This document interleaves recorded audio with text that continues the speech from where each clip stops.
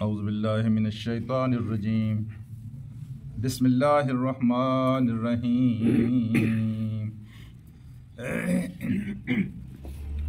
قل لو انتم تملکون خزائن رحمت ربی قل لو انتم تملکون خزائن رحمت ربی اذا لامسکوا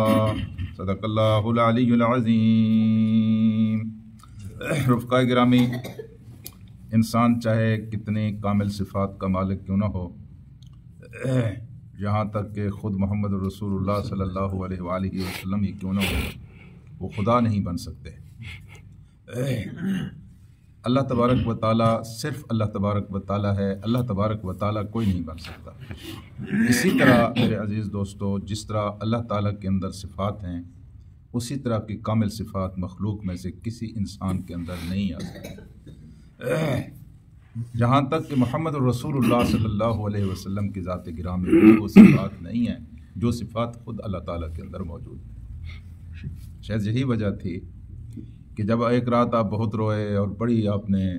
رو رو کر دعا مانگی کہ اللہ میری امت کو بخش دے، میری امت کو بخش دے، تو جبریل امین آئے اور انہوں نے آ کر ایک پیشکش کی۔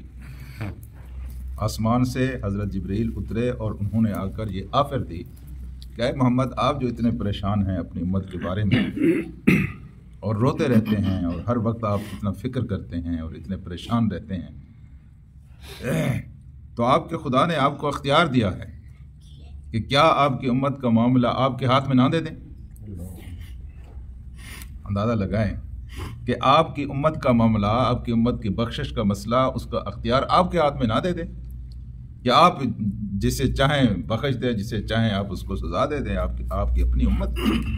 تو اللہ کے رسول دفعتاً جو ہے نا سوچ میں چلے گئے، لیکن دوسرے لمحے انہوں نے سر اٹھا کر کہا نہیں، قطعاً نہیں، قطعاً نہیں، اللہ تو جتنا غفور الرحیم ہے اتنا کوئی نہیں ہو سکتا۔ میرے معاملے کو اپنے ہاتھ میں رکھیے۔ میرے عزیز دوستو، سچی بات یہ ہے کہ جتنا اللہ دینے والا ہے کوئی دوسرا اتنا نہیں دے سکتا۔ جتنا خدا پاک نے دیا ہے، جتنا خدا پاک دے رہا ہے، اتنا کوئی دوسرا نہیں دے سکتا۔ یہ نادان اور احمق لوگ جو خدا کے بجائے کسی دوسرے کو خدا کہتے تھے، اس کی کچھ صفات سے متاثر ہو کر بندہ لٹو بن جاتا ہے اور اس کا گرویدہ ہو جاتا ہے اور خدائی صفات اس کے اندر تلاش کرنے لگتا ہے۔ تو اللہ تبارک و تعالیٰ نے کہا ہے اللہ جتنا سخی ہے، اللہ جتنا دینے والا ہے، اللہ کے خزانے جس طرح بھرے ہوئے ہیں، کائنات کی کوئی دوسری ہستی اس طرح ہو سکتی ہے؟ تم جو ان کو خدا بناتے ہو، میرے عزیز دوستو، کبھی بھی اس کائنات کے اندر ظلم اور غربت نہیں رہ سکتی، کبھی بھی ظلم اور غربت نہیں رہ سکتی اگر انسان بخیل اور کنجوس نہ ہو۔ اس وقت بھی جو غربت کا عذاب آیا ہوا ہے، یا اس وقت جو جہالت کا عذاب آیا ہے، محض اور محض اس وجہ سے ہے کہ علم کے اوپر اور وسائل کے اوپر انسان بخیل بن کر بیٹھا ہے اور کنجوس بن کر بیٹھا ہوا ہے اور اس کو اپنے دسترس میں۔ اس طرح انسان کو فکر ہو جائے جس طرح اللہ کے رسول کو فکر تھی کہ ان کے پاس جو علم تھا رات دن اس کو پھیلانے میں لگے ہوئے تھے، یہاں تک کہ باہر سے کوئی قافلہ آیا، دن سارا آپ تھکے ہوئے تھے، جی سارا دن یہی کام کرتے رہے، تو رات کو تھکاوٹ کے باوجود آپ تشریف لائے اور آپ کو بتایا گیا کہ مدینہ کے باہر ایک قافلہ آیا ہوا ہے، تو آپ پھر اٹھ کر وہاں چلے گئے۔ لوگوں نے کہا یا رسول اللہ صبح آپ چلے جاتے، آپ نے اس کی کیا گارنٹی ہے کہ صبح تک میں زندہ رہتا یا صبح تک قافلہ یہاں موجود ہوتا؟ یہ ہے علم پھیلانے کا۔ اب آج کیا ہے، علم کے اوپر یوں سمجھے کالا سانپ بن کر بیٹھے ہوئے ہیں لوگ۔ اس علم کو پھیلانے کے سلسلے میں لوگ اس طرح کی سخاوت نہیں کر رہے جو ان کا حق بنتا تھا۔ اگر علم کو پھیلانے کے لیے انسان اس تعلیم کے مطابق کام کرنا شروع کر دے جو اللہ کے رسول صلی اللہ علیہ وسلم نے دی ہے کہ میری طرف سے اگر کوئی ایک آیت بھی بلغوا ولو انی آیہ، پہنچاؤ، اگرچہ میری طرف سے تمہیں ایک آیت اور ایک حدیث کا علم بھی ہوا ہے تو اس کو بھی لوگوں تک پہنچاؤ، تو ایسا نہیں ہے۔ اللہ کے رسول نے فرمایا دو آدمی قابل رشک ہیں، ایک وہ آدمی جس کو اللہ پاک نے علم دیا ہو اور صبح و شام اس کو پھیلا رہا ہو۔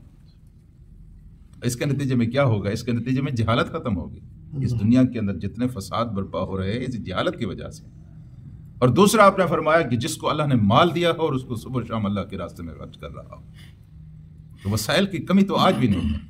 صرف اس محلے کی پلاننگ آپ کر لیں اس محلے کی، صرف اس محلے کی پلاننگ کر لیں، اور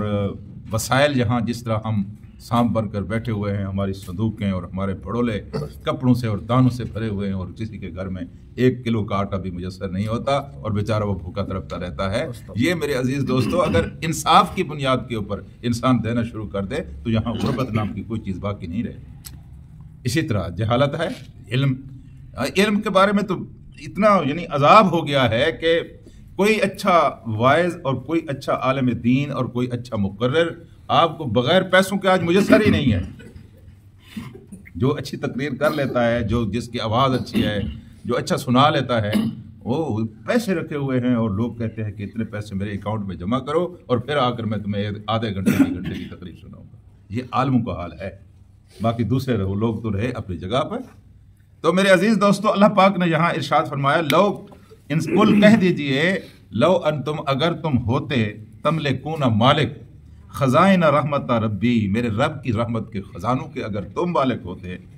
اذا لامسکتم خشیت الانفاق، تو تم ان خزانوں کو خرچ کرنے کے ڈر سے روک کر رکھتے، یہ کہیں خرچ ہو جائیں گے، میرے جو خزانے دیے ہوئے ہیں یہ کہیں خرچ ہو جائیں گے، تم تو ان کو خرچ نہ کرتے، تم تو بالکل کنجوس بن جاتے، بالکل بخیل بن جاتے۔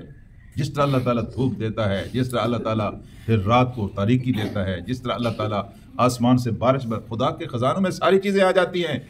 صرف رزق نہیں آتا بلکہ جو کچھ انسان یہاں استعمال کر رہا ہے وہ ساری کی ساری اللہ تبارک و تعالیٰ کے خزانوں میں شامل ہے، اور اللہ کے خزانے ہیں جن کو اللہ تعالیٰ ہر روز دیتا ہے اور بے دریغ دیتا ہے، بغیر حساب کے دیتا ہے۔ تو فرمایا اگر تم جن کو خدا بناتے ہو، جن کو دیوتا کہتے ہو، اور تمہیں بڑا شوق ہے کہ اس طرح ان کے سامنے گردنیں جھکائی جائیں جس طرح خدا کے سامنے جھکائی جاتی ہیں، ان میں سے اگر کوئی خدا بن جائے، تمہاری قسمتوں کا مالک بن جائے، تمہاری روزی کا مالک بن جائے، تمہاری خوشی اور غمی کا مالک بن جائے، تو تم دیکھ لیتے کہ تمہارا کیا حال ہوتا۔ یہ تو میرا اللہ تعالیٰ ہے کہ جو کچھ تم کرتے ہو اس کے باوجود بھی تمہیں روٹی بھی دیے جا رہے ہیں، اور آسمان پر سے رزق بھی تمہارے لیے اتار رہا ہے، زمین پر چلنے کی اجازت نامے بھی اس سے منسوخ نہیں کیے ہیں۔ یہ تو اللہ تبارک و تعالیٰ ہے۔ اور پھر فرمایا کہ